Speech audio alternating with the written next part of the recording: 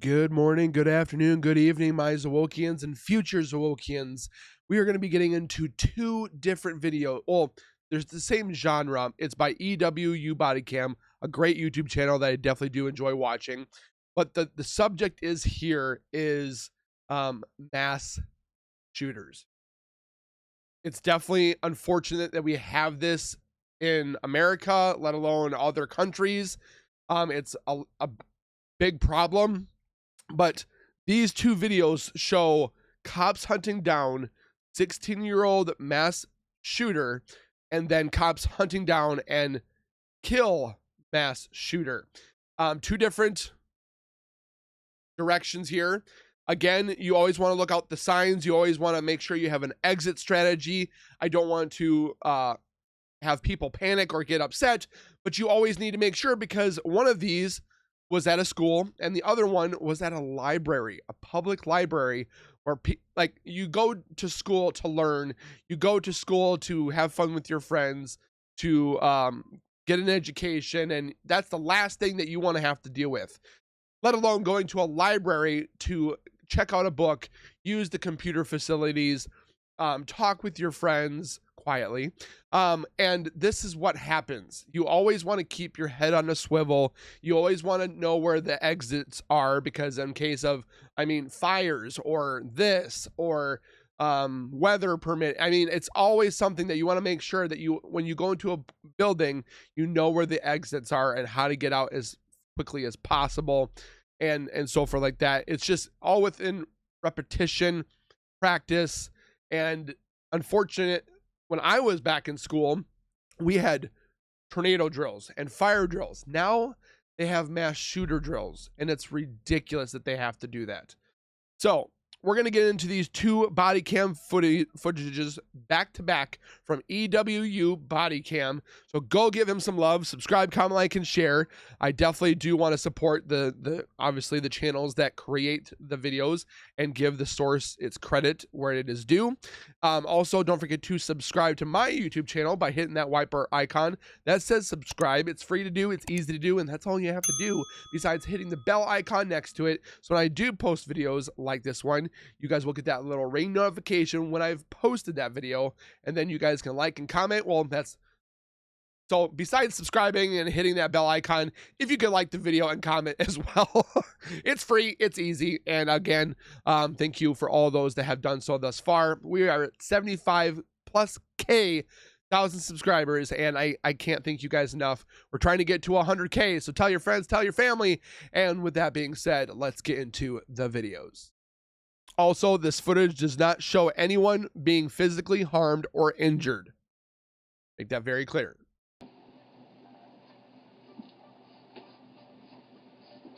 Looks right up at the camera. So how many injured people?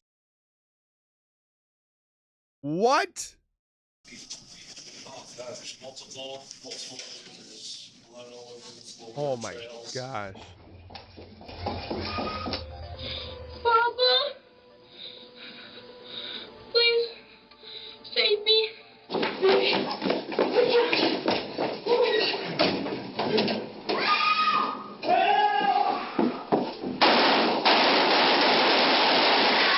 Nobody got hurt, right? A quiet afternoon at the No, but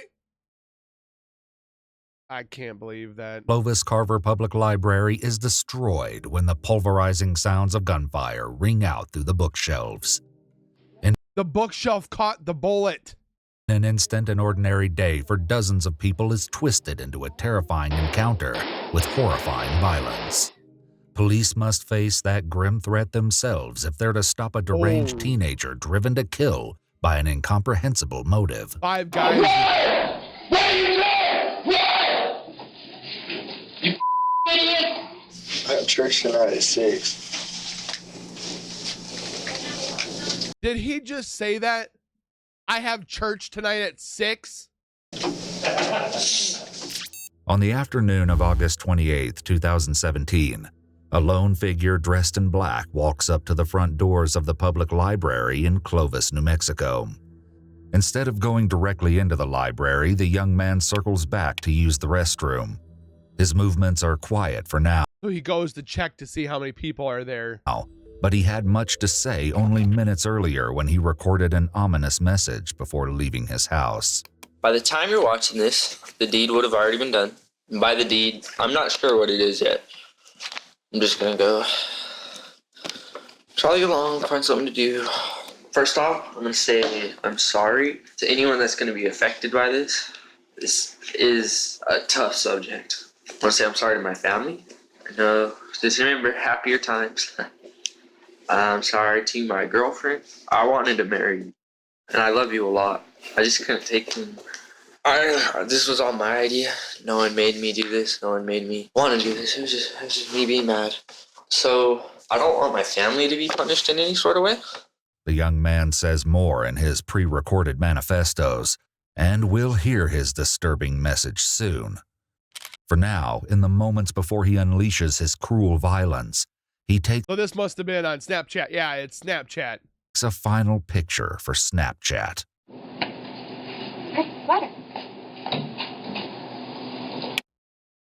I hope nobody.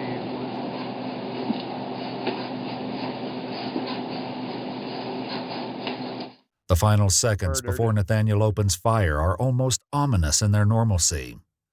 Please be advised that the following footage is highly intense. However, the CCTV footage does not show anyone being physically harmed or injured. Okay. Look at this. It's random people trying to live their lives normal.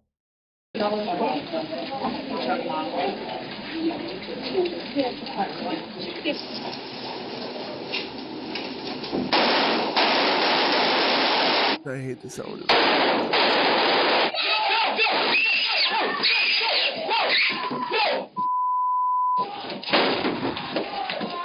That door, Rick? Come on, come on. Come on, go up.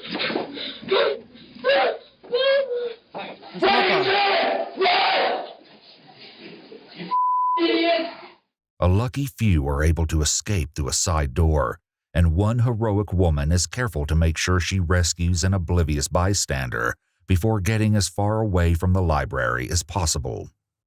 But back inside the library, many are still trapped in a living hell.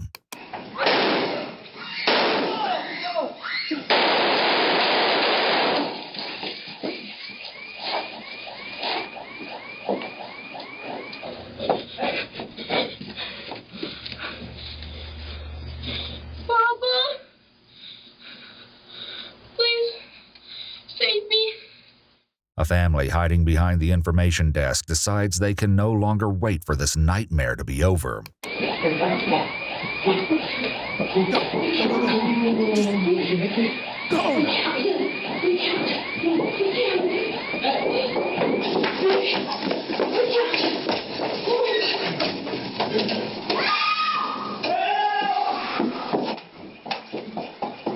In response to the screams for help, a man outside calls 911 as he walks into the library to rescue his wife and child trapped inside. I'm at the library. Somebody's reporting shooting. Oh, there's 2 people laying dead up. Are you kidding me? Papa, It hurts me. okay. Whatever you do, don't die. The scene playing out at the Clovis Carver Public Library is unimaginable in its terror and carnage. But help is on the way, Oh, here they come. even as the shooter paces from room to room, stalking his victims like prey. I don't know how Police he are didn't descending on the building. get. Man, they came fast.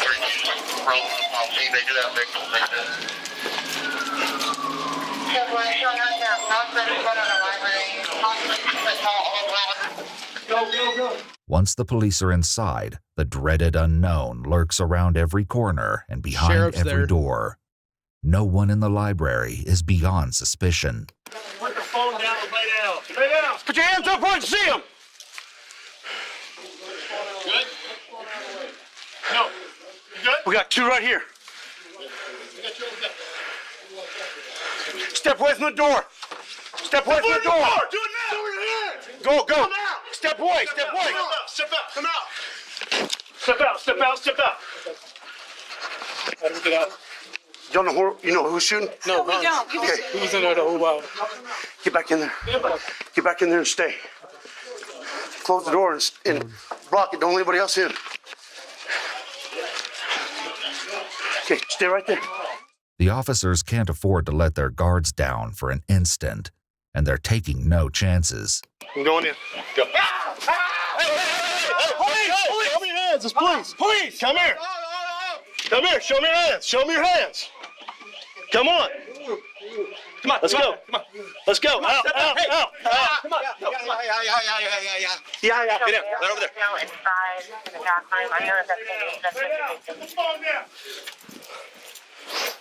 Clear. Good on clearing. I got Charles back. Secure them. Grab.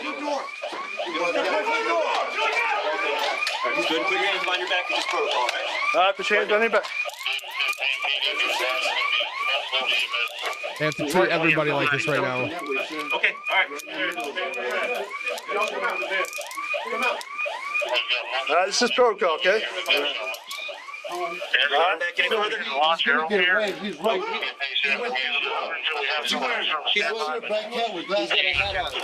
Which way did he go? Right there to the left. That way. To the left? That way to the left. Over there. Over there. My kid's okay. Black dude, what? No, he's a white guy.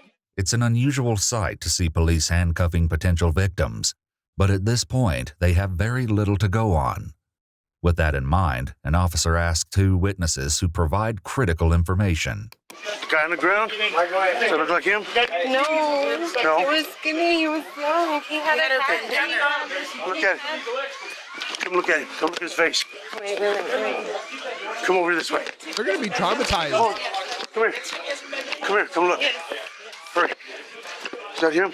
Yes, sir. Okay. I believe it Okay, you both just wait right over there. We got it. They got him. Good.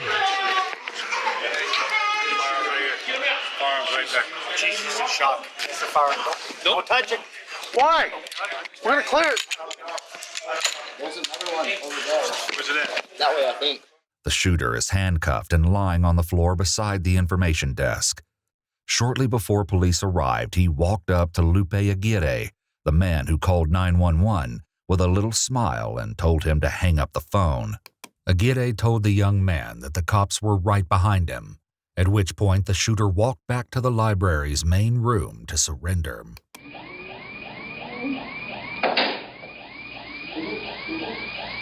Go. Something right there.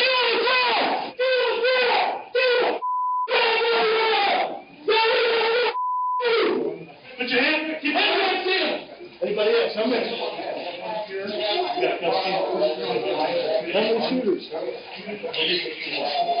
Is the kid okay? Less than 5 minutes pass between the opening gunfire and the shooter's capture, but it's been long enough to create a tragic and chaotic scene. Police at the rear of the building still don't know if they have the right guy in custody, or if he's the only one at large. Excuse me, sir. Are you here with somebody? My wife. Okay, if I can, let me get you on the other side of the street for now, all right? Let me see your hands. Get on the other side of the street. Okay. Why don't you maintain a position there at the dumpster? Make sure nobody's coming around the building or outside on that side where they're not going to be coming behind me. Also, keep a visual just around the area. As officers outside work to keep the building secure, police inside the library struggle to get a handle on the nerve-wracking situation still in progress. Stay right there, okay? Stay right there. You're all right. I'm scared. I think he's okay. Stay with him. Ambulance corner of 7th and Main. Had a small child injured.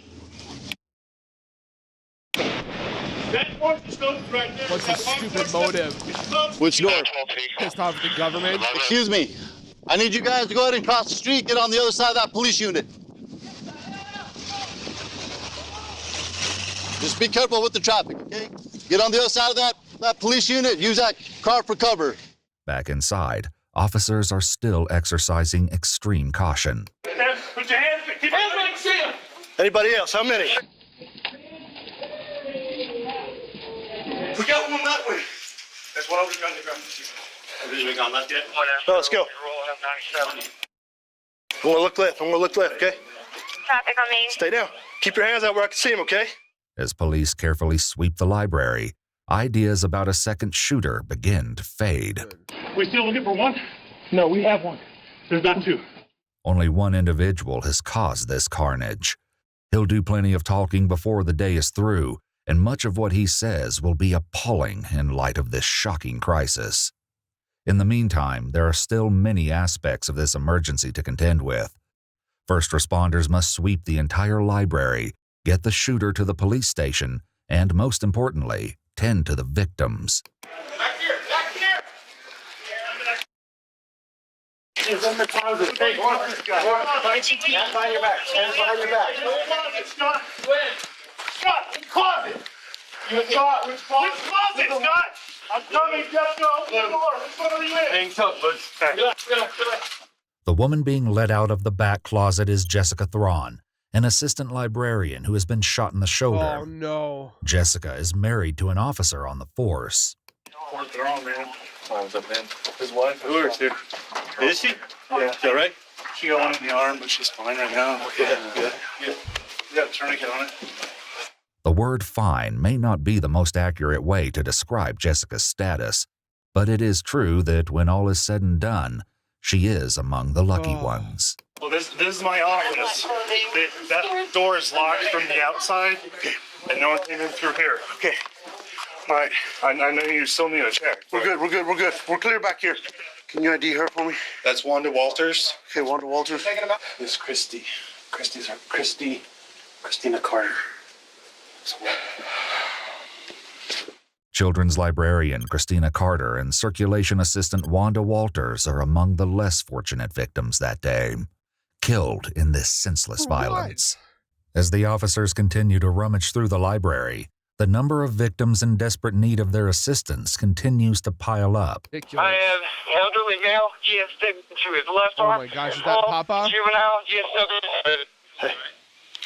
Move over a little bit, get off this door. As for the 21, a couple of you elderly male with a gunshot wound to the arm. Can you tend on the rest? Juvenile male, GSW left hand.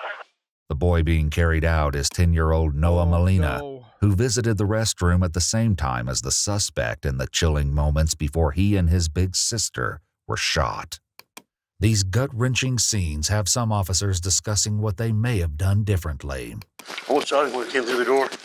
I didn't know it was him. Yeah, we got it. Yeah, he already dropped it. I smoke checked that. Police decide it's time to remove the killer from the crime scene. Is that our suspect? Detective, is that our suspect? That's our suspect. Get him out. Get him out. Right. Where'd you find him? He had his hands up by the information post. The police drag the young suspect into the front lawn of the library and hand him off for transport. I have my unit back over here. To the Yes. My pants are falling. Can I pick them up? Nope, keep your hands where I can see them. You don't get There's a knife in my pocket. Get down on your knees. Get on your knees. These guys act like they're mercenaries. What else we have in your pockets? I'm not sure. I think it's my charger. Oh, it's pepper. The shooter is oddly calm in the wake of this incident, but police won't be lulled into a false sense of security. Even with the suspect in handcuffs, they are thorough. I ain't got nothing on it. That's my phone. I'm not going to trust you. Got it for a sec? My wallet. I need to get a unit to this location and block this street off. Want to take a seat? The shooter is driven to the police station, but the main concentration of law enforcement is still here at the devastating crime scene. Here's 45. There's some 380 shell casing over here. Yep. And then there's another pistol in there. Officers have found 2 guns at the scene, and as we've seen, they were put to appalling use inside the library. At the station, police identify the young man behind this dreadful mayhem. So you understand your right to remain silent? Yeah. What is your name? Nathaniel Jouett. Nathaniel Jouett. I go by Nathan. Do you have an ID on you? No. Is it going to be in your wallet? I don't have an ID. One can only wonder what 16? drove a teenager 2 years shy of adulthood to commit such a disgusting act of brutality. Nathaniel Jouett will provide some answers, but his twisted reasons are unlikely to provide much comfort. Let's try not to move around so much, bro. Just for your safety and for mine, okay? I don't want to have to hurt you, bro. And I'll talk to you. I'm not here to interview you, okay? That's not what I'm here for, okay? But I'm pretty sure they would appreciate you talking, okay? I understand. If those cuffs on your ankles get too tight, let me know. I'll loosen them if it's going to put your feet to sleep or something like that, okay? You're at the Clovis Police Department. Sir, you're not injured in any way? Do you need to see the medics or anything? I don't think so. My ears hurt. Your ears hurt? I can't hear out of my right one. Okay. Yeah, because you If fired you the feel weapon. that you need to see the medics, I want you to tell me, okay? Okay. Where are we? The Clovis Police Department. Are you under the influence of something? Are you under the influence of something? No. It's natural that the officer would wonder about Nathaniel's sobriety after answering the same question twice in 5 minutes. But that's false. He's gonna try to claim, oh, I saw dark things, or I was told this by dark entities, or he's gonna try to claim the insanity part. Far from the strangest thing the young killer will say in police custody. I have church tonight at 6. Or I have to get there at 6. We're installing the soundboard today. He's fully aware of where he's headed for the evening, but in a fickle attempt at a Bro, you're not getting out for years. If you ever gonna get out, you killed 2 people. mind game, Nathaniel tries to downplay the violent act he carried out that morning. Nobody got hurt, right? So I don't know all the details that's going on, all right? But I do believe there are wounded people. Whether Nathaniel really believed at this moment that the He's only playing dumb. casualty of his shooting spree was his own hearing, we cannot know. He made the video beforehand. He knew exactly his conscious decision. He knew exactly what he was doing. So now he's just playing stupid.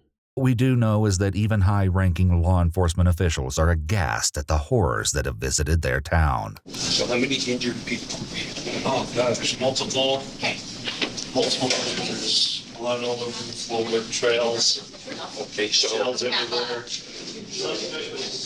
A lot of information. Center booth. Hey, gentlemen, Lieutenant Cope, I can hear everything you guys are saying. The officer is concerned about Nathaniel overhearing the chatter, but it seems the young shooter has more important things on his mind. Did I have a jacket? Not when you got with me, you didn't. Okay. It was a hat. It wasn't a jacket. That's what it was. I had a hat on. Nathaniel may be somewhat indifferent to the weight of his actions, but it's soon clear that this day has taken an emotional toll not only on the victims, but on the police as well. Hey, baby girl. Hey, you're good? Yeah, I'm good. Yeah, I'm good. No, I'm good, ladies. I'm safe. Okay. Love you girls so much. I'll talk to you about you girls after a bit, but I'm safe. Really makes me want to hug my kids and be with them and my spouse. I'm good. Everything's good. Okay. Why I'll you talk to hug you in a them bit. and kiss them every Okay? day? Love you so much. Okay. Bye-bye. As for the killer, there are many moments over the next couple of hours that highlight his disturbed mind and his complete lack of remorse for his actions. Any bruises, any cuts on your face? Was that marker or what? Yeah, my girlfriend did. Okay. So that's all marker, it's all right on you? Okay. She drilled my stomach too. Okay. You know what? All right, pick up your shirt. You're supposed to be smiling, please. You work? No, sir. Student? Yes, sir. 16. 10th grade?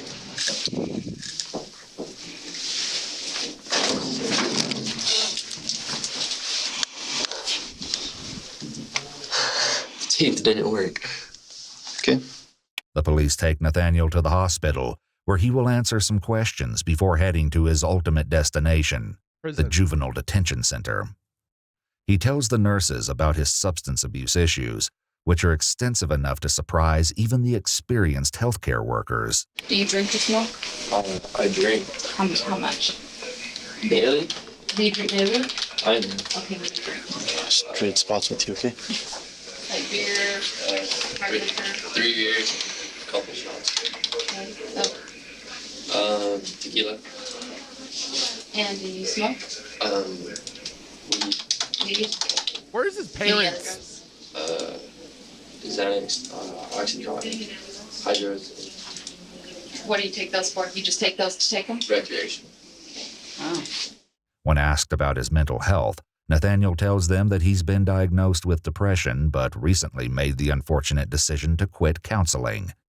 In a lawsuit 2 years later, the victims will accuse the psychiatrist who treated Nathaniel of failing to act, despite knowing about his violent mindset and his access to firearms.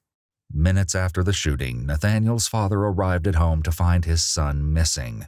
His absence was cause for concern, but it wasn't until Chris Jouett noticed a unique item in his son's room that his concern turned into alarm. And I went and looked in his room and found a couple more pocket knives and razor blades. And then what really got my attention was there was a $2 bill on his desk, and I have $2 bills in my gun safe. And I was thinking, I just went to go look. It was one of those, I kind of got just that funky feeling, you know. I went to the gun safe and noticed that both my semi-automatic pistols were missing. Do you remember how many times you shot? Once or twice. What did you feel when you walked over there? I don't know. Once or twice, 14 rounds he shot off, and then hitting 5 people. But I only shot once or twice. Shut the flip up. I remember being in the bathroom and then going out. I got mad when I pulled the trigger, and I think I hit someone. And then alarms went off, and the cop showed up. That was it. Did you say anything? I think I yelled. What did you? Wow. So these spots with these little what's it called? Sticks that are coming out. That's where gunfire went into the door. You can see where he was shooting. Yeah. I don't know. I was mad. I heard someone.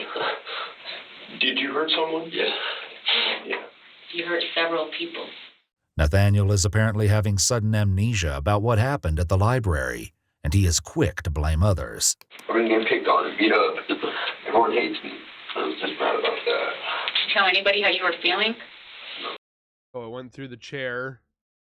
Why not? Everyone's got their own problems. Nathaniel says that he could talk neither to his church nor his girlfriend because he didn't want to upset them with the bad things he was thinking. Nathaniel shares that he's talk to somebody if you are feeling depressed, and it means I myself will talk to you.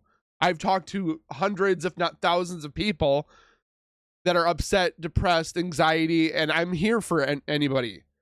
Or go to your church. Don't be afraid to go to the church. Don't be afraid to go to your counselor, your parents, your girlfriend, your spouse, your boyfriend, your husband, hell, go to your uncle, your aunt, your whatever.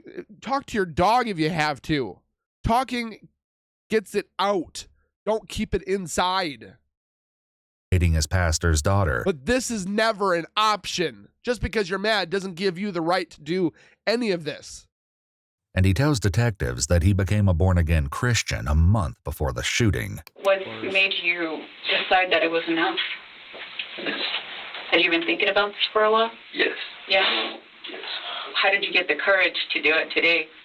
I don't know. If I remember, I don't even know how I got to go. You knew it was wrong. So what do you think was going to happen? What would be the outcome? I don't know. I So why did you shoot those other people? I don't know. Nathaniel doesn't provide much in terms of his own motivations, so police must look in the place where he documented his ideas. Snapchat. Those 2 videos Nathaniel recorded only minutes before heading to the library. Hi, I'm Nathaniel Ray Jouett, and I was making this because it's about to be 0 hour. My thing was when I lost hope, or when I just couldn't take it anymore, is when I was going to do it. It's that time. So I'm about to go NBK, Natural Born Killer.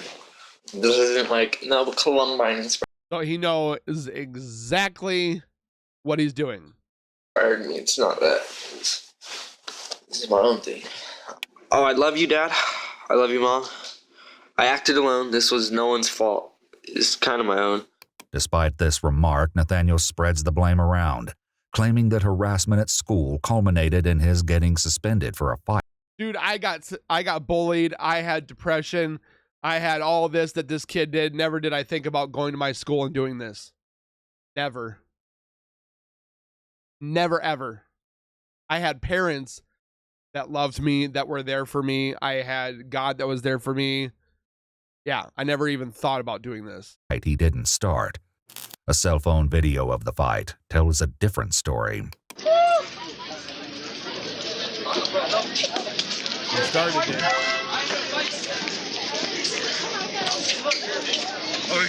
Stop! That's enough. Stop it. He's pulling his hair. Regardless of the fight's details, it's clear that there's much more going on in Nathaniel's head than one schoolyard scuffle. I feel as though there's no other way about this. I have some mental issues going on. It's not like I'm hearing voices or anything. I'm angry at the world, and I have so much anger, and I can't time what you right. I have so much anger, frustration. What I want to know is why he went to the library and not the school. Again, I'm glad that he didn't go to the school, but he went to the library and took innocent souls. I just, why? Just hopelessness. This needed to happen. It's probably going to shock a lot of people. No one's ready for this. I'm really mad. I'm in a really mad mood, and this is kind of for people getting bullied, because I'm blaming, that's one of the big reasons, and just because I'm sick. Nathaniel's ultimate reason behind carrying out a mass shooting is horrifying in its emptiness. Now, why I did this, I don't know either. I couldn't really see myself doing anything else. That's it. Thank y'all. Thanks to everyone that was nice to me. And yeah, all right. I just gotta... Nathaniel Ray Jouett pled guilty to 30 felony counts, including 2 charges of first-degree murder for the killing of 61-year-old Wanda Walters and 48-year-old Christina Carter. 4 others were wounded in the attack, including 10-year-old Noah Molina, his sister Alexis Molina, library patron Howard Jones, and circulation assistant Jessica Thrawn. On February 15, 2019, roughly 17 months after the shooting, Nathaniel was given 2 concurrent life sentences plus 40 years. Hi. At the time of his sentencing, he would have been eligible for parole no sooner than the year 2051. However, a controversial new bill was signed into law in 2023, banning life sentences in New Mexico for convicted juveniles. Under the new law, juvenile offenders may seek parole after serving 15 years. This would make Nathaniel Jouett eligible to go before the parole board in 2033. They better make sure that he don't get out. Here's the other one that we're about to watch, and again, these make me cry. I don't know why. I'm at BEH at UNLV. So everything else is. Hey. Go, go, go!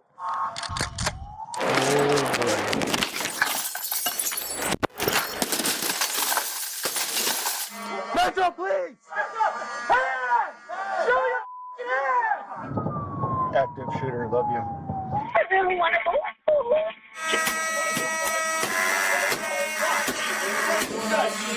Only 10 days before Christmas break, the thunder of gunfire annihilates the holiday cheer at the University of Nevada, Las Vegas. College. As an army of law enforcement descends on the campus, they must fight through chaos and confusion to save lives and put an end to this terrifying madness. As the seconds tick by in this high-pressure mission, the officers find that evil comes in many forms. I should be a kid to be like, oh, he got mental issues. Get out! Always that.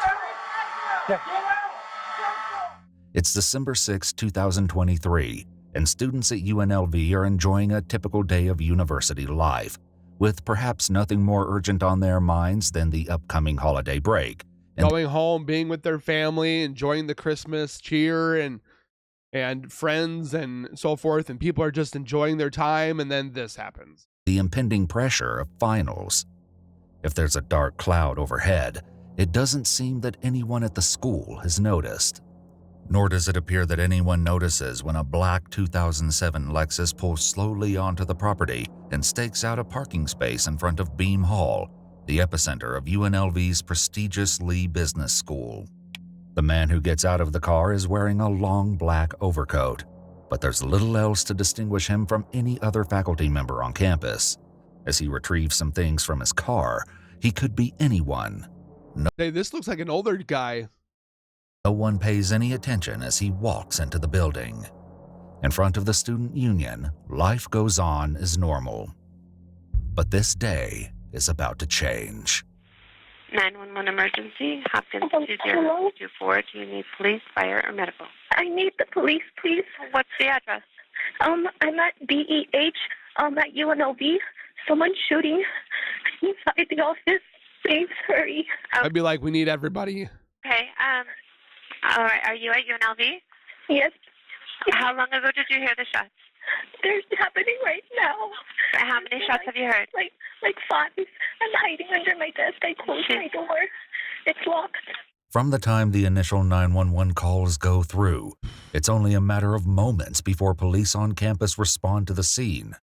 Indeed, the first sign of trouble from the plaza next door comes when a single university police officer runs in the direction of Beam Hall. Oh, he's already on it. I heard them screaming. Who did you hear screaming? I don't know. I think they were on the right of me. I'm on the 4th floor. Did you hear them say anything? No, just screaming. I heard the shots for, and then I heard screaming. Okay. Do you know if anybody's injured? I don't know. I'm in my office. I closed the door. Okay. What do you hear? There's an alarm. That was an alarm? Okay. Okay. Who else is in the office with you? Okay. I really want to go home. The woman's sentiment will be shared by everyone in Beam Hall as news of the shooter spreads. But even at a moment when many in the building would like to escape, others are bravely rushing to the scene. Beam Hall! Somebody must have hit the fire alarm. Second floor! The university police officer is the first one in the building, arriving only 78 seconds after the first 911 call. Wow, that's fast. Those reports are still pouring in, tasking dispatchers to gather vital details from traumatized and terrified callers. It was on the 4th floor of the Lee School of Business at the University of Nevada, Las Vegas. I heard shots fired, and I heard screaming afterwards. With calls reporting the shooter on multiple floors, the first police on the scene must be on high alert, knowing that the gunman could be literally anywhere. Well, you also don't know what kind of weapon he has, if it's a pistol, if it's an assault rifle, a shotgun, like explosives. Move, move, move!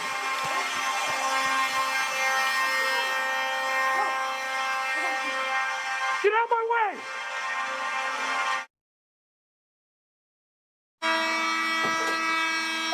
Close.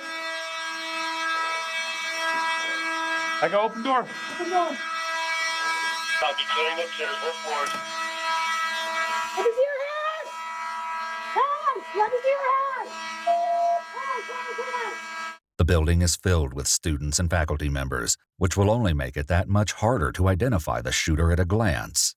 But even as the first responding officers move carefully through the hallways, a massive police response is mobilizing. Good. Sounds like an active shooter.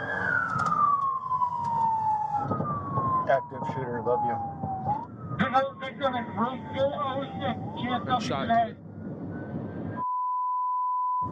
Officers from both the University Police Department and the Las Vegas Metropolitan Police Department are rushing to the campus, knowing that mere seconds could make the difference between life and death for so many innocent people.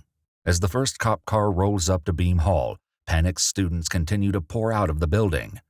Moments later, even more police descend onto the intense scene. If the shooter is still in the building, 3, 4, he will 5, soon be 6. massively outgunned. Nobody's transmitting.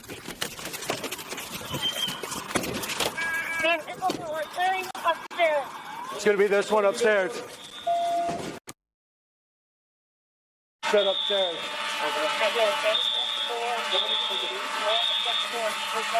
As more officers enter the building, those arriving on scene warn that their emergency response could make things worse if they aren't careful.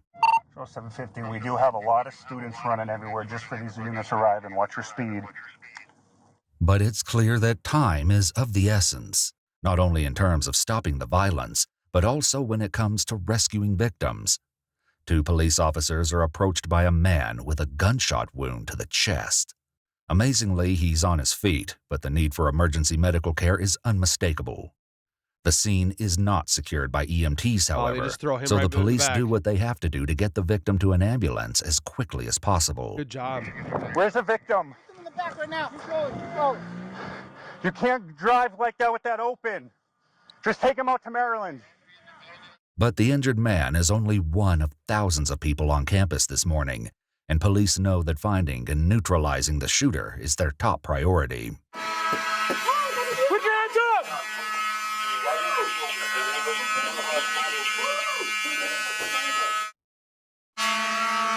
Please show me your hands! Clear.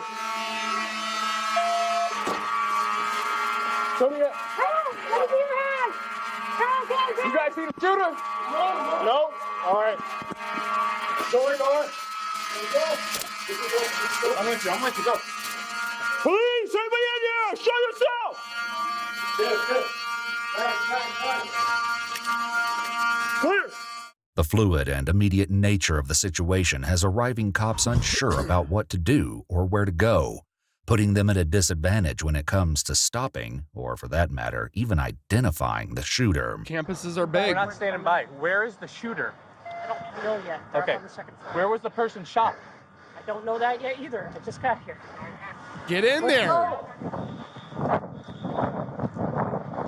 I'd be going through those front doors, 715, locked yeah, and we're gonna need loaded, some ready to additional go. Units here. It's Beam, Baker, Easy, Adam, Mary Hall. We need you with us.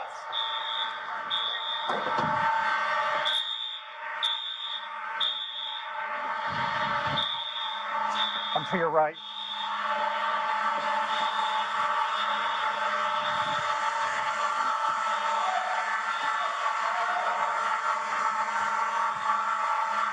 Get out! Get out! Third floor. How'd you get up there? There will be time later to process the events of this chaotic day and any mistakes that might be made in the heat of the moment. For now, police must do the best they can with the limited information they have, and frightened parents must do the same. 911 emergency, Newhouser, 1486. Yes, hi. I'm calling because I received a text from my daughter from UNLV. Okay. Are you aware of what's going on? Yeah, we are aware. Okay. Is there any information you can give me? I cannot give you any information at this time. We are just Okay. We do have units on scene, and they are working it. Okay. Where is she at? Well, let me ask her. Yep. Tell me where she's at. She's at UNLV. Okay. Let me see if she'll text me back. I'm sorry, I'm shaking. No, you're fine. It's fine. I understand. Parents' worst nightmare. One victim! Officers inside Beam Hall are getting their first look at the devastation the shooter has caused, and it isn't long before news of the fatality spreads to the still arriving units. Another victim in room 406. She has nothing to the head. Oh, This is it. let's go. 321 This is what I signed up for. Have the shooter team make our way to the suspect and take him out. Hey, it's still shooting. If I'm working, if you're fired, if I see turn forward, go! Taser gets fired. Turn off the f***ing alarm. Confusion is rampant both inside the building and out, and police must make their way to get students and staff to safety. I didn't see any shooter. You don't know how many shooters there are. That's crossfire, so just come all the way to us. Just come all the way to us. Hey, we can't leave them in here. Let's get them out. Come on, let's go. Calmly, let's go. We're going to evacuate. There's a group of kids in there. We're going to evacuate. Unfortunately, the officers know they cannot go fully into rescue mode because their deadly adversary could emerge from around any corner at any time. He's still active. He's still active. Hey, Chuck, please fire. He's still active. Keep careful.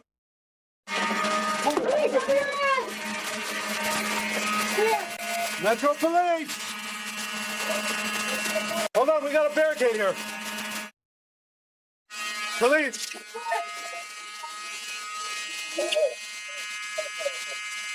All right, stay here. Did you hear a gunshot? Did you see who the shooter was? Stay here. Stay here. Lock this door. Lock the door, okay? But many of the doors in Beam Hall are already locked, which isn't always a good thing. Police discover a blood trail leading into just such a room. What is that? That's a bit. Going to the door. Hey, careful! Somebody crawled in. Someone kick this door. Hey, quick! I need a boot! Those are gonna be hard doors. Wait out! Metro Police! Metro Police, get in there! Kick it! Even with a veritable army of police officers using their might, the door proves too sturdy. One cop goes in search of some assistance, only to demonstrate how thick the tension is here in the opening minutes of this horrific event. Hey, going, watch where you go. Hey, give me a minute. Come here. I need breaching tools. Stop. Hold on a second. What do you want me to do? I'm getting breaching tools. We need you with keys here, or give me your I don't keys. have keys. Who has keys? The 3-star over there, right over there. She's got keys. With so much about this appalling scene outside their control, one officer decides to at least do something about the maddening soundtrack.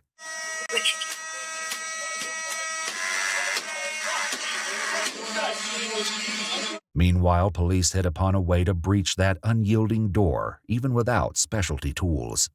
Can we break through the wall? Yeah.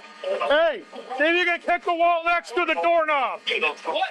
Go 6 inches off the edge of the door and kick through the wall. Yeah, there you go. I don't have. Clear it. Clear it. Watch out.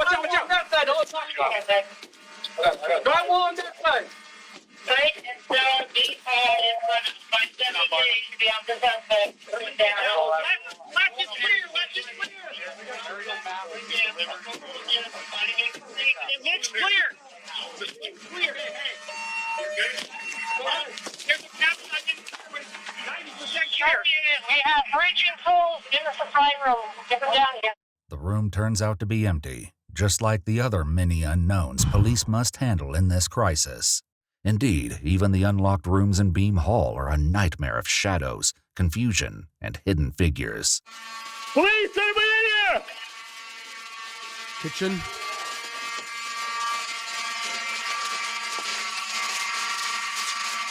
Police, anybody in here? Things are locked. Open door here. While How the many multiple spots to responding hide? agencies are doing their best to coordinate a unified response, the mere presence of this many cops with this much firepower means that even the slightest mistake could prove costly. Anybody doesn't listen.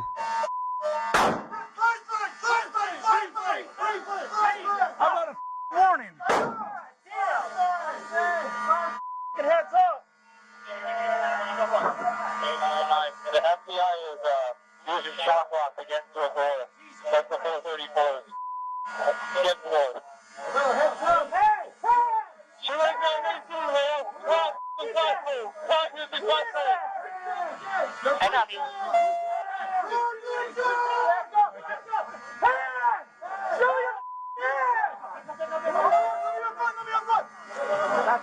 It's a cop. With the FBI, the Las Vegas Metropolitan Police, and the University Police all working in the same building, the threat of friendly fire is considerable. Blue! Okay, hold on. Wait up. Watch for them. Look face them so you can see you're a cop, please. Like, oh, seriously. Hey, blue! How However, the difficulties of a multi-department response are only one aspect of the confusion in the air on this December day. Adam 4, 223, and 735. Fire reports a shot fired to Student Union. They're moving up to the second floor. You did not find Student this Union guy now. already. Copy. Charlie 712, go to Student Union. Last report, second floor. Police respond to the building right next to Beam Hall, the student union, a new environment that will test their nerves as they investigate these shocking reports. I got right. Look. Let me see your hands. Come on. Looks like a defect Keep your hands in there. or a We have a description? cafeteria. No. Did you see him? What did he look like? Go. Hey, you guys Get out, go that way. There's people in there. Move, Hands. movement. Let me see your hands. Let me see your hands. There's movement. There's a police department. Come out with your hands up. Police department, come out with your hands up. Let me see your hands. Come on now. Okay, that's okay. We gotta get you out, okay? We're gonna get you out. Let's go. But the police on campus can't afford to focus solely on the innocent. The author of this grisly mayhem must be stopped. Doesn't take Unfortunately, any more. news of the shooter's location and description is constantly evolving. Like, maybe like 7 inches taller than me. He was a bit far though. And he was whiter set. Heavy set, male, Yeah. white, black, Hispanic. He looked white to me. Subjects on top of MPE, long hair and backpacks. 2 subjects on top of the roof of MPE with long hair and backpacks. Did you hear that? MDE, is that behind us here? Behind me? That's down there. Second suspect is at 4970 Paradise at the Best Western, right? His wife works there. He said he was a suspect involved in this 458. There are plenty of experienced officers on campus, however, and not all of them are convinced by the startling chatter coming from the radio. Yeah, so I heard on the radio they said that they had 2 subjects coming to DRI saying that they were robbed by like something like that by the suspect. But that's down there, Robbed? Flamingo and Palos Verde. That's where we were at. Yeah. You had to roll quite a bit. Yeah. Indeed, while every incoming report must be treated as plausible, some of the cops on scene know the reality of the situation better than others. Relax. 207 550, we have 1 suspect down right in front of Frank and Estella. I think at one point on the air, it came across that this building had activity, but I'm not. That's going to be one of those echo calls. Yeah. You know, just like on October 1. So I think that's why they're Jesus standing. Criminy. It is inevitable that many of the police working at the UNLV campus will be reminded of the worst mass shooting in modern American history. Jeez Louise, man. The 2017 massacre that was launched from the Mandalay Bay Hotel only 3 miles away. On the other hand, some officers are experiencing something entirely There's the car right there. new. Sorry, this is day 1 for me. What's up, dog? So, Go ahead. welcome. 6530. Day That 1. university police officer isn't the only one facing unique trials on this dark day. Officer Cody Schmidt, who was the first one into the building, has had to strike a balance between duty and family. My wife is in here. Hey, Terry. Hey, Terry. Text. If you haven't left campus, you need to do it right now. But even these pressing concerns aren't enough to keep him out of the fight. Hey, I got a sledge!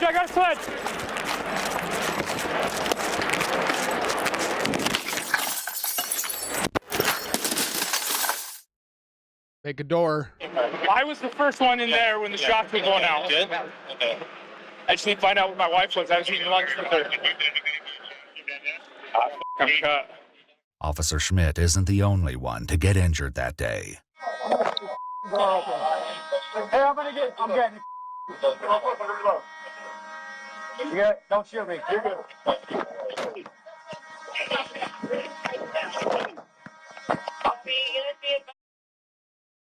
Those doors are hard. Separate my shoulder. Gonna go with this officer right here. He's gonna take you outside. I have a broken sternum. Okay. I have a broken sternum. Oh, slow down. I'm so sorry. As the officers reconvene, That's gonna they know hurt. there have been victims, and some are beyond help. How many was it? Did we see 4? 4 people down, yeah. But two of them were definitely fatal. They're just no way. As some of the officers finally managed to turn off the alarm, there's still much work to be done. And what's the motive? I was mad.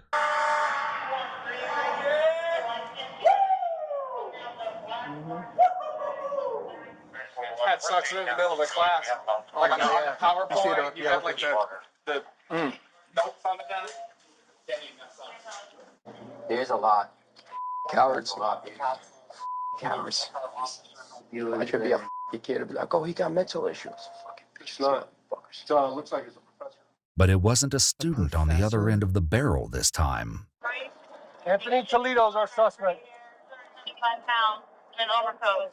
As a description of the suspect goes out over the air, perhaps a few officers are recalling an encounter they had only moments after entering the building. Get out! I was wondering if it was that dude, because his coat looked similar. The officer's failure to identify the shooter may be That's what I thought it was. regrettable. Less than a minute later, the unemployed professor confronted university police outside the front doors of Beam Hall and opened fire on one of them. It turned out to be the last thing he ever did. Okay, we got the shooter. He's down. Come to me. Back up on me. Yep, we're here. The killing of the suspect was mercifully clean, but with bullets whizzing through the air, it's a small miracle that it went as well as it did. We'll check it. This guy just randomly picked later. The shooter left more than carnage in his wake. He also left clues to his intentions. Police find 2 cards at the scene, each of them filled front and back with photos, names. Dean, Vice Dean, Count Chair, ×2. What the? He wrote down the room numbers. Names, staff titles, and room numbers. The names of 10 UNLV faculty members are found written on the cards, although none of them were among Polito's actual victims. My gosh. Police also learned that Polito's campaign of terror did not begin at the university that morning. Prior to entering I'm guessing he got fired. Beam Hall with a handgun, Polito mailed 22 letters filled with hateful sentiments to academics he perceived to have wronged him in some way throughout his career. In one, Polito wrote to one of his former co-workers at East Carolina University, "You just a lazy, no talent, no brain, think you entitled scold." The professor, a Mensa member who referred to himself as Dr. 160 IQ in the letters, also included a mysterious white powder in the envelopes, a substance that police later determined was harmless. What was it? Do we know if the guy was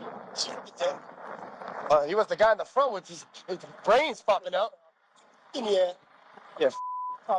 The destruction caused by law enforcement may be extensive, but it's trivial compared to the damage done by the killer. Anthony Polito's attack claimed the Why they have insurance? lives of 3 people. Che-John Jerry Chang, 64, Naoko Takamaru, 69, and Patricia Navarro Velez, 39. All 3 victims were UNLV professors. Polito left one gunshot victim alive but severely injured, a 38-year-old visiting professor whose life was likely saved by the quick thinking of police officers Jacob Noriega and Ty Vesperis. Both men were awarded by the Las Vegas Metropolitan Police Department Foundation for their extraordinary composure and bravery. Law enforcement analysts would later assess Polito as suffering from delusions of grandeur alongside an inferiority complex. This conclusion was arrived at in part due to Polito's personal website, which was filled with positive reviews of his classes from students, his own work supposedly deciphering a letter from the Zodiac Killer, and links to subjects he found fascinating, including the 2001 anthrax letters. Polito was solely responsible for the rampage that day.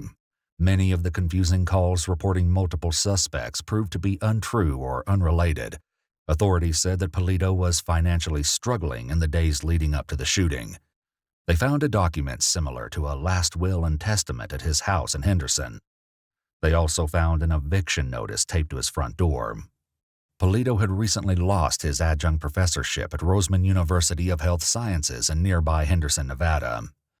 Authorities confirmed that he applied to many institutions of higher education throughout the state and was met with only rejections, including 4 from UNLV. As tragic as Polito's actions were on December 6th, he may have had even more terrifying ambitions. The intense law enforcement response may have saved more lives than we will ever know. It just makes you really think about what goes on in the dark of somebody's minds, but take other people out that had nothing to do with this. These were professors and children. They're not the ones that denied you. Again, things are going to look bad. Things are going to go negative. I mean, the past few months, I've had a lot of negative things happen, but I've never had the decision to go and blow it up or shoot it up. Like, I've never thought about that because there's better things out there. You just gotta,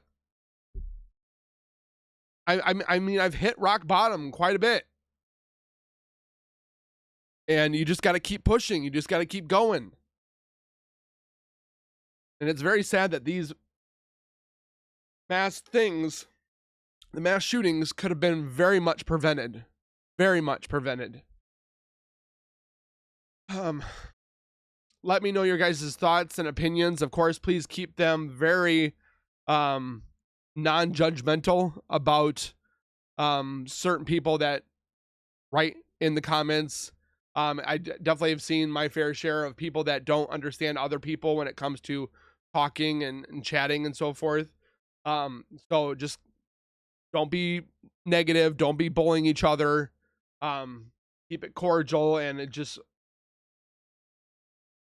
always keep your head on a swivel. You never know when the next day is your last. I mean, not necessarily saying like these shootings, but car accidents, burglaries, somebody just acts or just has a heart attack. Like, you never know when it's the last day. So hug your loved ones, take care of them.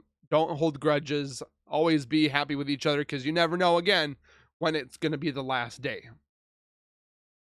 Again, I thank you guys all for being here and watching my reaction. Definitely, I got very tearful, so I do apologize for being a little emotional. But kids and just these mass shootings are ridiculous. Yeah. Thank you guys for being here. Please take care, guys. And we'll see you guys in the next one. Keep nerding on. God bless.